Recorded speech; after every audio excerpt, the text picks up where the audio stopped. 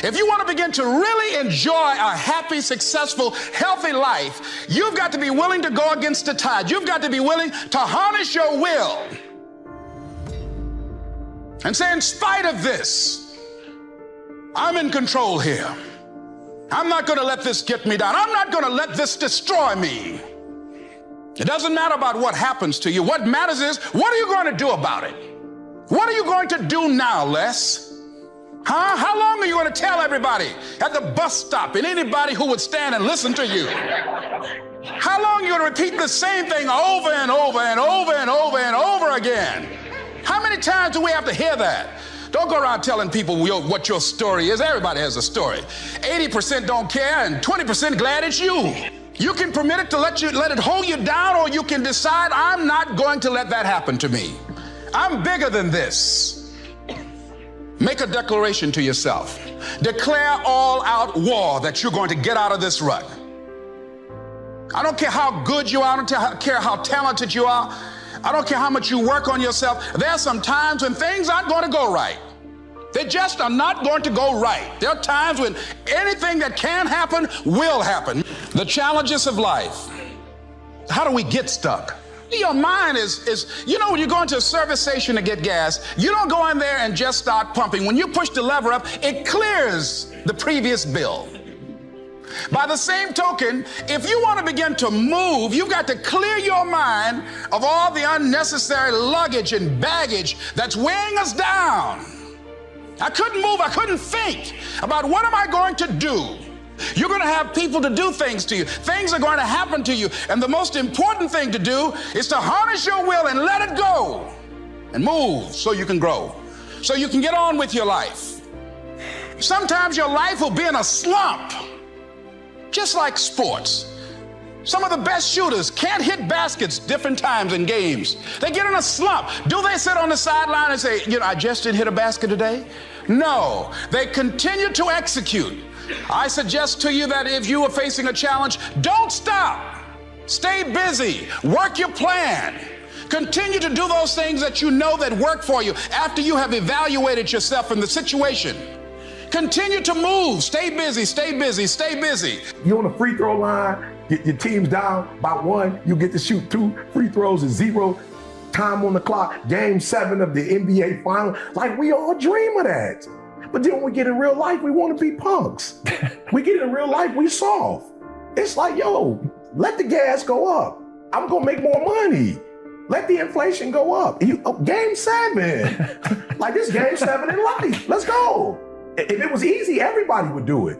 I don't even want it to be easy. Everybody would get a PhD. If it was easy to get a PhD, then it wouldn't be valuable. So I tell people, like, look at the tragedies and say, yo, you thought well enough for me to come at me? This is what I do. Cut all the lights off if you want to. You're not gonna stop me because you got all the lights. This is where I thrive. And I'm saying, if you're a real human, because we are a little different than some of the other things that were created. We have a will. There's some things that we have. I'm like, activate it. Instead of crying and quitting and giving up again.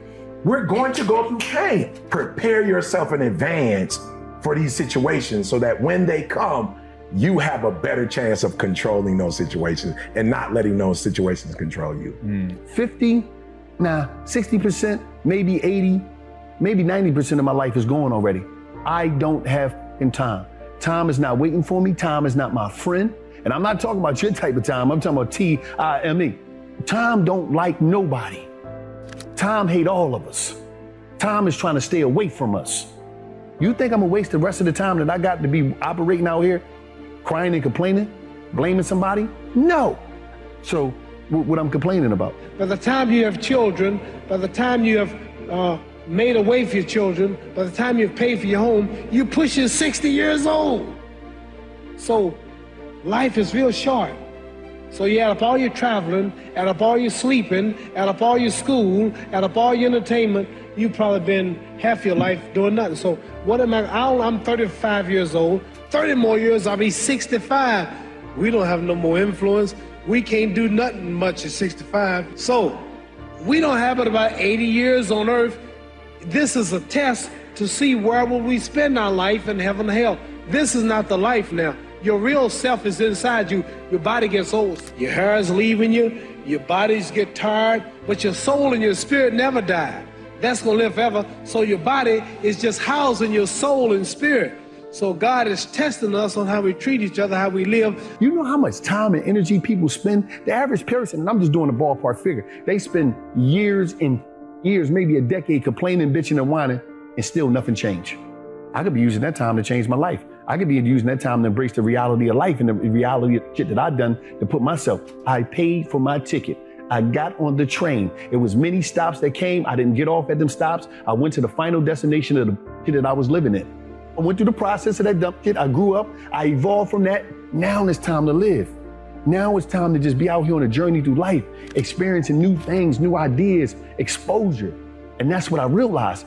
A lot of us don't expose ourselves to new things, new ideas. We're not open to different, open to change. Everything that I want to do is for me. That's why it's here. Everything that you want to do, you can do. That's why it's here. It's just about, are you willing to put the work? Everything is out here for everybody.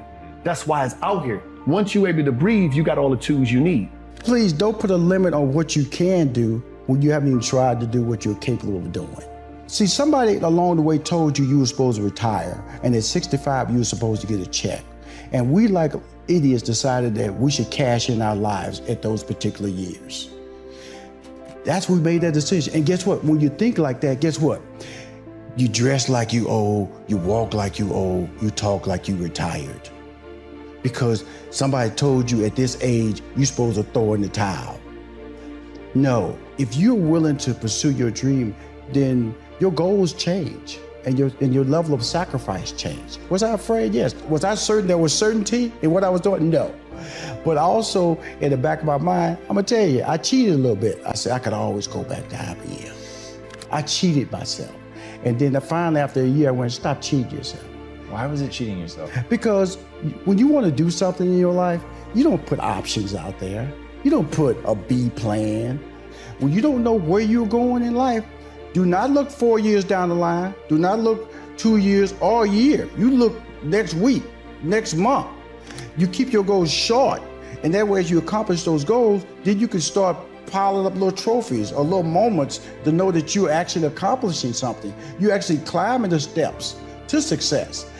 And so I always tell people, shorten your goals, shorten your window, and that's how you find your voice. Most people are staying at jobs or working things, or even marriage or relationships, because they fear change.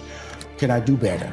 Can I get a better opportunity? Will somebody hire me? Will somebody date me? Will somebody marry me? Will somebody want my kids that I have?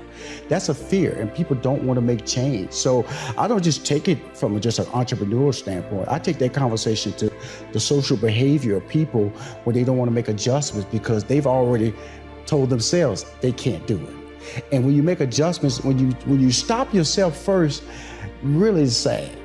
Because let somebody else tell you what you cannot do. But in the process of that, prepare for success. In other words, are you willing to put time in your next move? And a lot of people say things like, I'm not a morning person. I don't really know what that means. I really don't. I have 24 hours in the day. I try to take advantage of every hour. And I have certain rules that I initially tell people on a regular basis. If you want to start living a successful life, start locking into a consistent time that you should get up every day. Don't let it deviate. If you say get up at 8 o'clock, don't hit the snooze and get up at 8:30. I get up at 4:30. That's just my time. I'm not a happy guy getting up, but that's a goal I set. And I'm gonna just tell you this honestly. If you're about to make a change in your life and you feel uncomfortable, that's the best feeling you can have. Because for the first time in your life, you're making a decision that's gonna be best for you and not what somebody told you to do. And that's when all bets are off, man, because you're about to enter some uncharted waters that's gonna force you to challenge yourself to be perfect in so many ways. And shooting for perfection is all good. You don't shoot for average, because you're not gonna hit all the time. If you shoot for perfection and you hit good or great, you're winning. They think it's a permanent fix. They think it's something that are constant. They think that maybe once I get it, I'm gonna hold on to it. Nothing is permanent. Nothing is permanent. And a lot of times you have to learn to perform without motivation. You have to learn to perform without purpose. You have to learn to perform a lot of different things. And that's what people think. They think I need to have this motivation to work out, to study, to be better. So if they don't have it, they just don't do it. And that's where you fail. You have to learn to train your mind well beyond motivation. If you have motivation, that's great. That's some kindling to the fire. All it takes is a little bit of spark, you can burn a whole forest up. But motivation, you have to learn to exist without it. You have to be your best self when you're least motivated. And that's the tricky part about all that. Motivation is just a word. You have to have these different things in your mind on where you want to go and know that motivation is not going to get me there, because I'm not going to always be motivated. I don't really like those words. Self-help or self-management or self-improvement. I don't really like what those words have come to mean these days, because there's a lot of people out there that are constantly trying to improve themselves by looking for the one change. The one change, right? The one change in their life that's gonna make their dreams come true.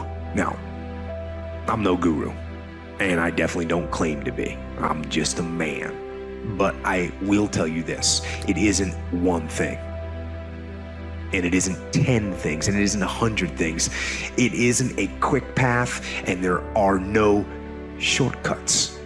Meditation won't get you there, and neither will a miracle drug or an organic supplement or some superfood. Getting better isn't a hack or a trick or a one change that you need to make. Getting better is a campaign. It's a campaign. It's a daily, a weekly, it's an hourly fight. An incessant fight that doesn't stop against weakness and against temptation and against laziness. It's a campaign of discipline. It's a campaign of hard work and dedication. It's waking up early and going to bed late and grinding out every second in between. Every single day. So, you want to get better? You want to self-improve? Stop looking for a shortcut and go find your alarm clock, find your discipline, and find your guts and your passion and your drive, and find your will. And then you will find your freedom. Find somebody that you can help so you can forget about you for a moment. See, sometimes the best thing to do is to be. Sometimes you have to just back up and go within yourself. A bow and arrow, you can't take a bow and just push it out an arrow. You just can't push the arrow out. You have to pull it back and then release it. Sometimes you have to back up and go within and pray and meditate and recharge your batteries. Go away, clear your head, and then come back and look at it from a different vantage point. Don't operate while you're under the spell or the effect of what's going on. Next thing is that you've got to activate the thinker in you. Don't allow your emotions to control you. We are emotional, but you want to begin to discipline your emotion. If you don't discipline and contain your emotions, they will use you. Your mind goes on automatic, just like a garden. You know, weeds don't have to have any encouragement to grow. You don't have to water them. They don't have to get sunshine. They don't have to have fertile ground. They will grow through the cracks of a sidewalk. Am I right? But if you want to grow orchids or roses or any kind of exotic flowers, there are special processes and procedures you must go through. Well, by the same token, you don't have to force yourself or motivate yourself to think negatively, to be depressed, to hate somebody, to want revenge, to want to get back at somebody, to beat yourself up over the head, to feel loaded with guilt. You don't have to make any effort to do that. Your mind is on automatic. It will do that by itself. But if you want to begin to move into your own personal greatness, if you want to begin to really enjoy a happy, successful, healthy life, you've got to be willing to go against the tide. You've got to be willing to harness your will and say, in spite of this, I'm in control here. I'm not going to let this get me down. I'm not going to let this destroy me. I'm coming back, and I'll be stronger and better because of it. You have got to make a declaration that this is what you stand for. You're standing up for your dreams. You're standing up for peace of mind. You're standing up for health. You want it, and you're going to go all out to have it. It's not going to be easy. When you want to change, it's not easy. If it were in fact easy, everybody would do it. But if you're serious, you'll go all out.